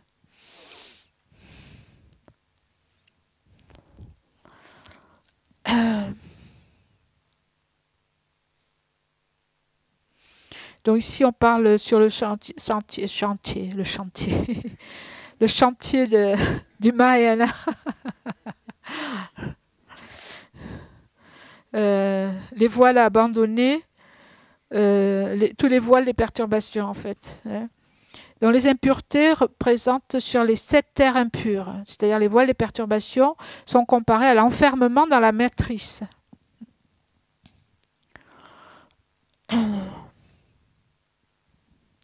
Dans l'enfermement dans la matrice. S'en libérer est comme se libérer de la matrice, et la sagesse non conceptuelle.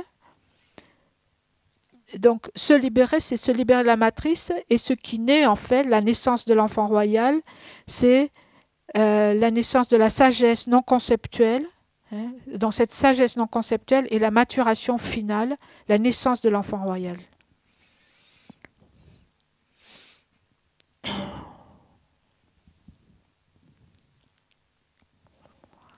Donc la sagesse de la 8e terre naît en dépendance de l'abandon des voiles des 7 niveaux impurs. Au fur et à mesure qu'on élimine sur les 7 niveaux, naît la sagesse de la 8e terre. Donc le bodhisattva abandonne ses voiles, mais ce ne sont pas son objet d'abandon principal. L'objet d'abandon principal du bodhisattva, ce sont les voiles à la connaissance. Donc on peut dire qu'à ce niveau-là, il abandonne les voiles des perturbations, on peut dire qu'il est en gestation. Et que en fait, la maturation, la naissance de l'enfant, c'est la maturation finale de la sagesse non conceptuelle, de la 8e terre, qui va lui permettre d'abandonner en fait son objet d'abandon principal, qui est les voiles à la connaissance. Donc, qui sont abandonnés donc, au dernier stade sur les 3 terres pures. Donc ici, l'exemple l'exemple, on peut le trouver à la strophe 125. Les tourments sont comme un moule en terre, et l'essence du Tathagata est semblable à une statue en or. Donc, tel un homme, sachant couler une statue, voit qu'une statue emplie d'or fondu, enfermée dans de l'argile, s'est refroidie. Donc, c'est une statue dans un moule, hein, comme une tsatsa, une statue en or. Donc, il voit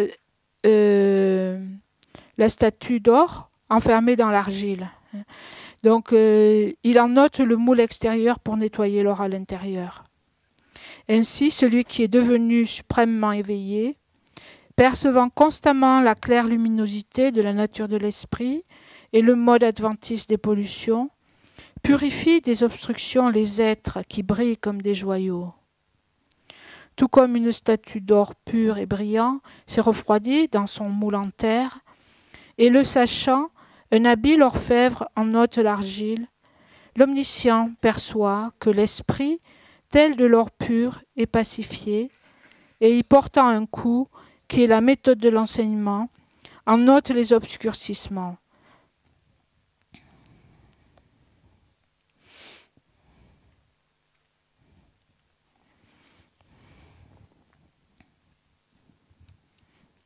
Donc, c'est le dernier exemple. Donc, les souillures rattachées aux 3 terres suivantes doivent être vues comme semblables à un moule en terre. Elles sont détruites par les grands êtres dans la méditation similaire au Vajra. Donc, le moule en argile représente les voiles à la connaissance. Et donc, quand ces souillures sont abandonnées, on obtient les 3 corps d'un Bouddha. Ainsi, les 9 pollutions, l'attachement et les autres, sont similaires au lotus, etc. Et la nature de Bouddha, dans sa triple nature, est semblable au Bouddha, etc. Toutes les illustrations de la nature de Bouddha. Donc la triple nature de cette nature de Bouddha, hein, c'est le Dharmakaya, l'incité et la lignée.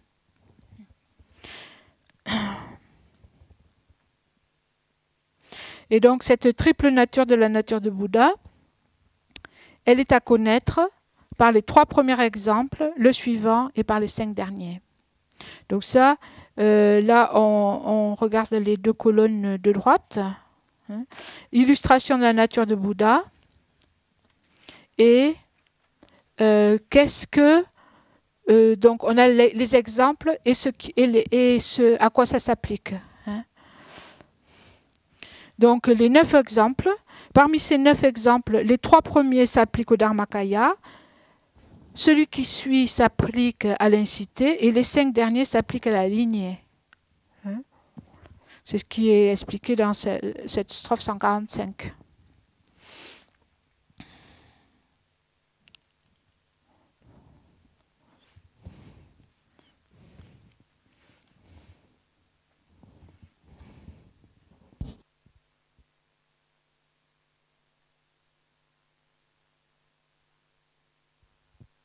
Donc on va passer en revue le corps de la loi.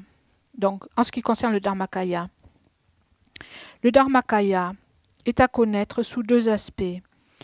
Celui de l'essence absolue, le Dharmadhatu, qui est parfaitement immaculé, et celui de son émanation, qui est l'enseignement du profond et des instructions variées.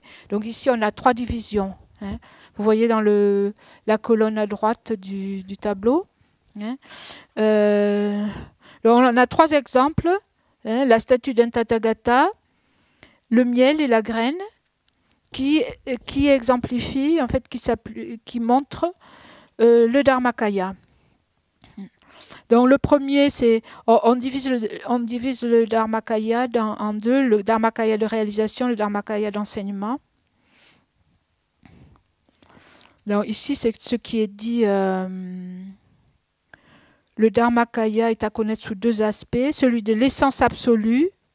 Donc l'essence absolue, c'est-à-dire le Dharma des réalisations, qui est parfaitement immaculé. Le Dharma de réalisation, c'est quoi? C'est le corps de vérité de sagesse. Ici, c'est écrit Jnana Dharmakaya, le corps de vérité de sagesse. Vous vous rappelez que le Dharmakaya est divisé en 2, le corps de nature et le corps de sagesse. Hein. Et donc, l'essence absolue, c'est la sagesse aboutie. Aboutie, ça veut dire finale au niveau du Bouddha, hein, qui perçoit directement la vacuité, donc dans l'esprit d'un Bouddha, ce qu'on appelle le Dharmadhatu, hein, la sphère de la réalité. Et donc, il y a ce Dharma de réalisation, qui est la réalisation de la vacuité dans l'esprit d'un Bouddha, et il y a l'émanation de ce Dharmakaya. Le Dharmakaya qui émane, l'émanation, c'est quoi? C'est l'enseignement. Ce qui émane de Dharmakaya, c'est l'activité des Bouddhas qui enseignent, hein, qui donne l'enseignement. Et c'est pour ça que le Dharmakaya est comparé à un joyau, parce qu'il exauce, grâce à l'enseignement, grâce à ses activités, il exauce tous les souhaits des êtres.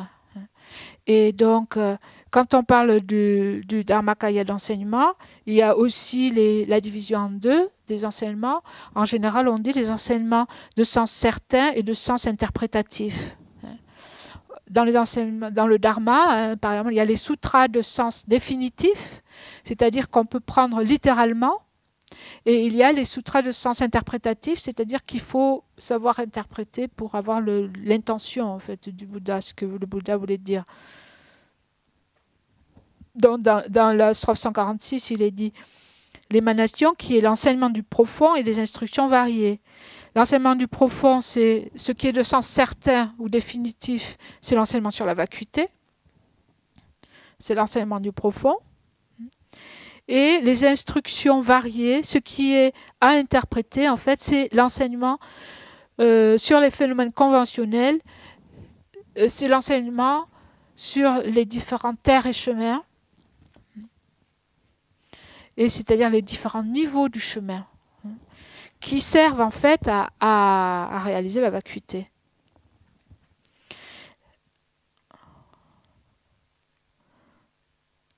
Donc l'enseignement du profond, la vacuité, les instructions variées, en accord avec les dispositions des différents disciples.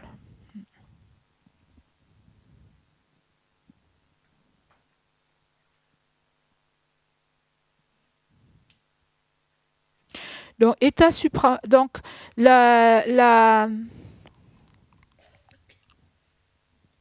l'essence absolue, hein, l'essence absolue, c'est-à-dire le Dharmakaya de réalisation, cette sagesse aboutie du Bouddha, hein, strophe 147, étant supramondaine, aucun exemple de ce monde ne peut être donné pour l'essence.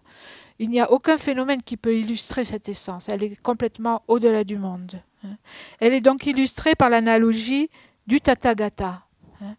Donc la statue d'un Tathagata qui est caché dans un lotus pourrissant. Le second, le Dharmakaya d'enseignement, c'est-à-dire les enseignements sur la...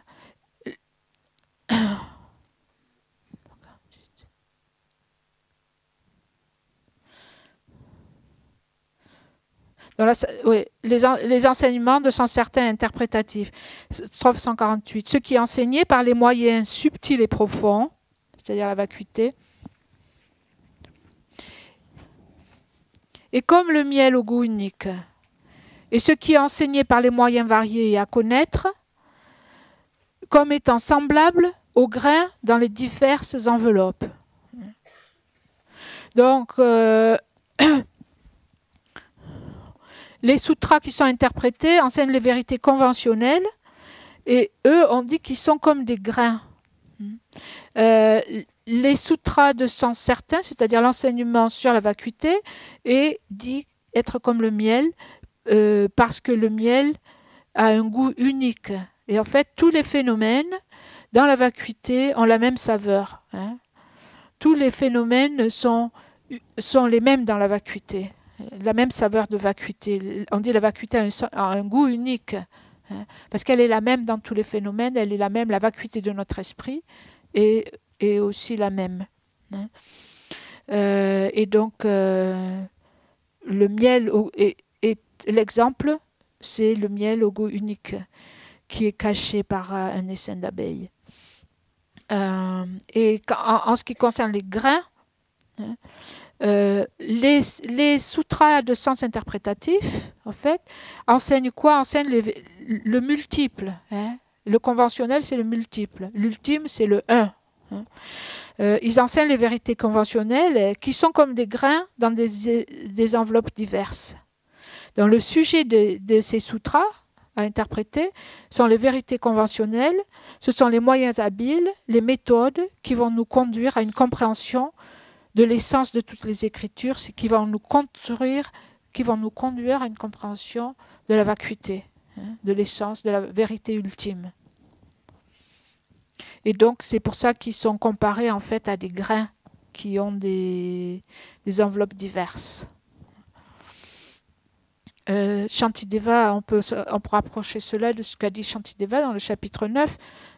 Shantideva qui a dit « Toutes ces branches enseignées par le Muni ont pour but la sagesse. » Hein. Tous les enseignements divers qui sont ici comparés à des grains avec des enveloppes diverses ont pour but de montrer et de nous faire réaliser la vacuité. Ensuite, la strophe 149. Donc, ces trois premiers exemples montraient le Dharmakaya. Le quatrième montre l'incité. Hein. Étant par nature immuable, sublime et parfaitement pure, l'incéité, quelquefois on dit incéité ou incité, ouais, est illustrée par l'analogie d'un morceau d'or. Dans la vraie nature de l'esprit, la vacuité de l'esprit, l'incité, est immuable, sublime et pure. Et donc, dans ce sens, elle est illustrée par un morceau d'or. Comme l'or ne change pas, même s'il tombe dans un tas d'ordures et qu'il y reste pendant des siècles, l'incité, il ne change pas. Hein. Le morceau d'or est toujours de l'or. L'incité, la nature des phénomènes et de l'esprit, est immuable. Elle ne change pas, même si elle paraît être associée à des émotions perturbatrices et à la souffrance. Même associée à des grandes souffrances, à toutes les perturbations de l'esprit, cette essence, en fait, cette nature de l'esprit est immuable. Elle est naturellement vertueuse, elle est sublime, elle est noble, comme l'or est beau et précieux. Observez la vacuité, source de vertu.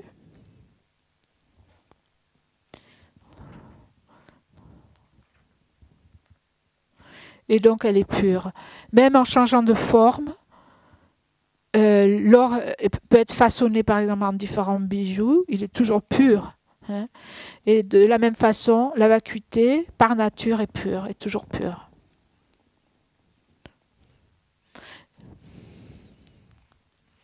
Ensuite, donc, on va terminer, c'est ce qui reste là. Il reste donc 5 exemples qui s'appliquent à la lignée.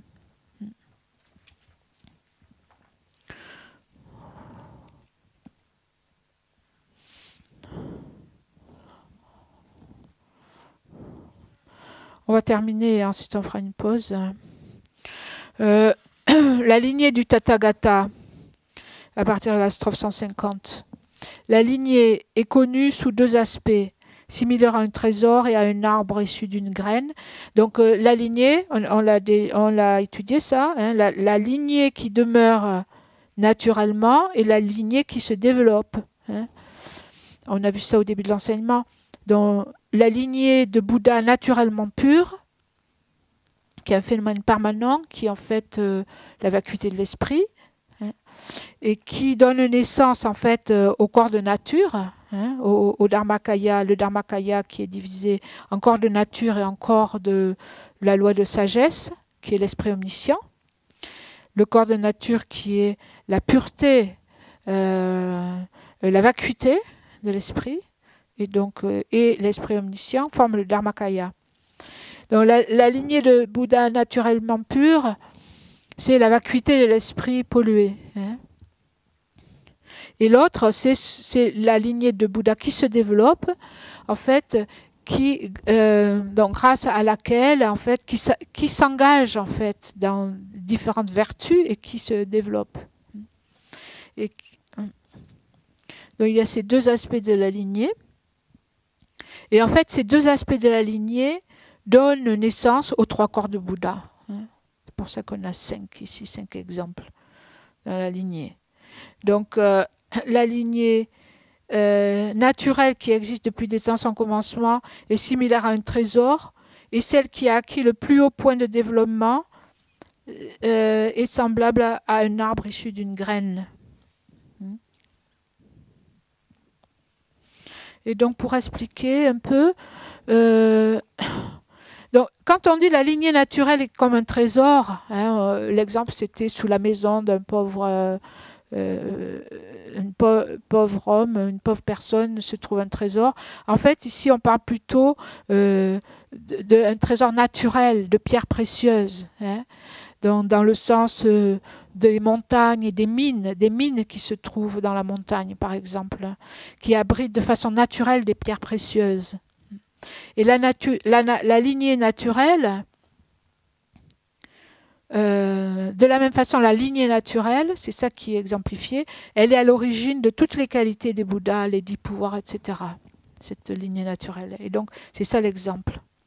La lignée qui se développe, l'exemple, c'est ici la pousse, ou le germe, ou l'arbre. En fait, une explication, c'est que cette lignée, elle est comme un arbre fruitier. En fait, qui porte des fruits. En arrosant l'arbre, plus on va l'arroser, plus on va mettre de l'ensoleillement, de l'engrais, etc., plus il donnera de fruits. De la même façon, grâce à la vertu, cette lignée en fait, naturelle va atteindre le plus haut point de développement. Elle va se développer jusqu'à l'atteinte de la bouddhéité. Donc, elle va donner tous les fruits de l'éveil. Donc grâce à toutes les vertus, toutes les empreintes qui viennent de l'écoute, de la contemplation, de la méditation, et donc on aura un arbre magnifique.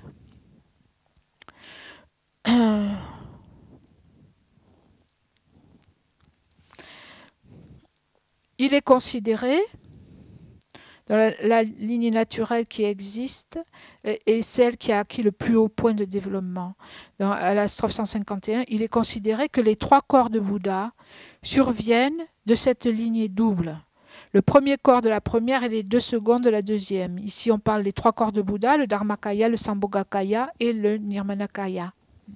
Le premier, le Dharmakaya, vient de la lignée naturelle.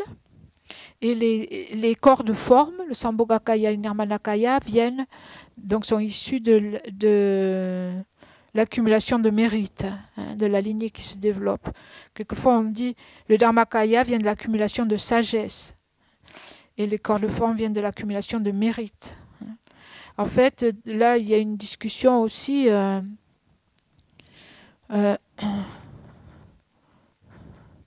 En fait, de la lignée naturelle, est-ce qu'on attend le Dharmakaya? Une explication dit qu'en fait, c'est la lignée naturelle qui devient le corps de vérité. En fait, vous savez que le Dharmakaya est séparé en corps de vérité, aussi naturel, en corps de nature et en corps de sagesse. Et en fait, à strictement parler, la lignée naturelle, elle donne naissance au corps de nature. En fait, ça c'est une question d'ailleurs qu'on pourrait poser à Geshe-la. À mon avis, la lignée naturelle séparée de ses souillures deviendra le Dharmakaya. Oui, si par Dharmakaya on entend le corps de nature. Mais il y a 2 corps. Il y a la lignée naturelle, il y a le corps de nature et le corps de vérité de sagesse. Est-ce qu'on peut dire que la lignée naturelle va se transformer en corps de vérité de sagesse? Non.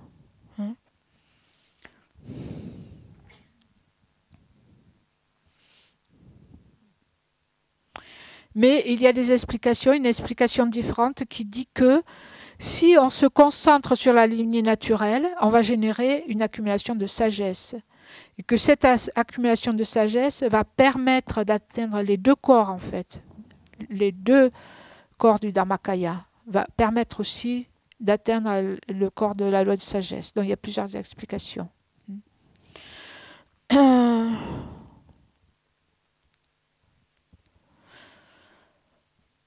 Et donc en méditant sur sur la lignée qui se développe, avec Bodhicitta, nous accumulons les mérites et atteindrons les corps de forme du Bouddha. Donc ici, on a vu ça. Donc les 3 corps, il y a les 3 images. Il y a l'image précieuse qui correspond en fait au corps de la loi de nature. Donc ces 2 lignées donnent naissance aux 3 corps. Et donc, quand on parle du Dharmakaya, on parle plus précisément du corps de nature, qui est exemplifié par une image précieuse.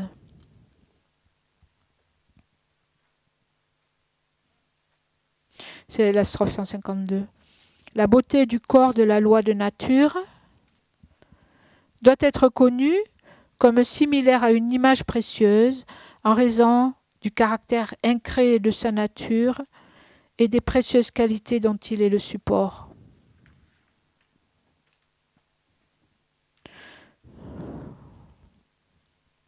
Donc ici, le Dharmakaya, plus précisément le corps de nature, de la loi de nature, est semblable à une image de Bouddha.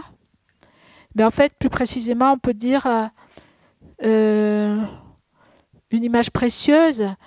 Et dans les commentaires, on dit en fait c'est une image auto-créée, à génération spontanée. Ça existe si vous allez au Népal, par exemple, ou dans certains endroits de pèlerinage. Par exemple, je ne sais pas si vous êtes allé à Parping, au Népal, il y a une tara autogénérée. C'est-à-dire c'est une tara qui sort du rocher. sans qu'elle soit faite, créée. Hein. Ça a l'air bizarre, mais il faut le voir. Parce que c'est pas quelque chose qui est sculpté, mais c'est une création spontanée en fait.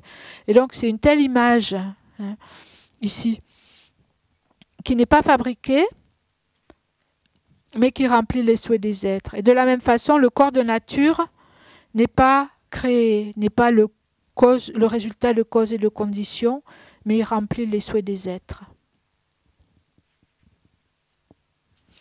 Donc ensuite, donc, reste le corps de jouissance, le Sambhogakaya, et le corps d'émanation, qui sont des corps de forme.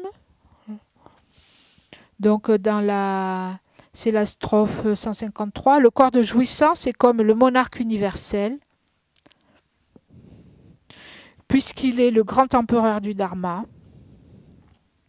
Et le corps d'émanation est comme une statue en or, puisqu'il a la nature d'une réflexion. Donc la statue en or d'un Bouddha, qui est l'exemple pour le Nirmanakaya, c'est-à-dire la manifestation qui est comme un reflet, qui est une émanation du Dharmakaya, et qui se manifeste donc parmi nous pour donner l'enseignement.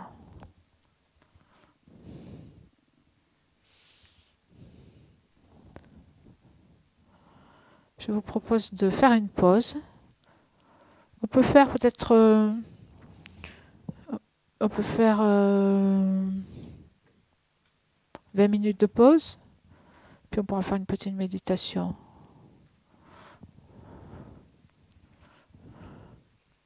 D'accord ?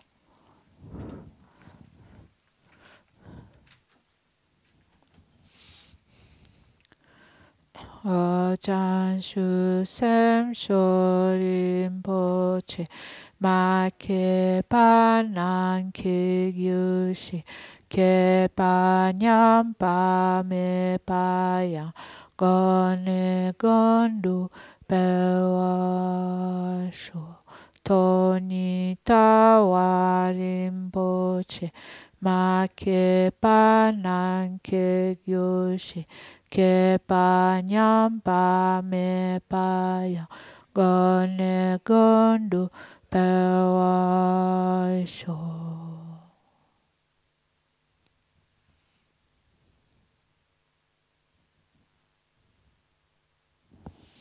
Merci.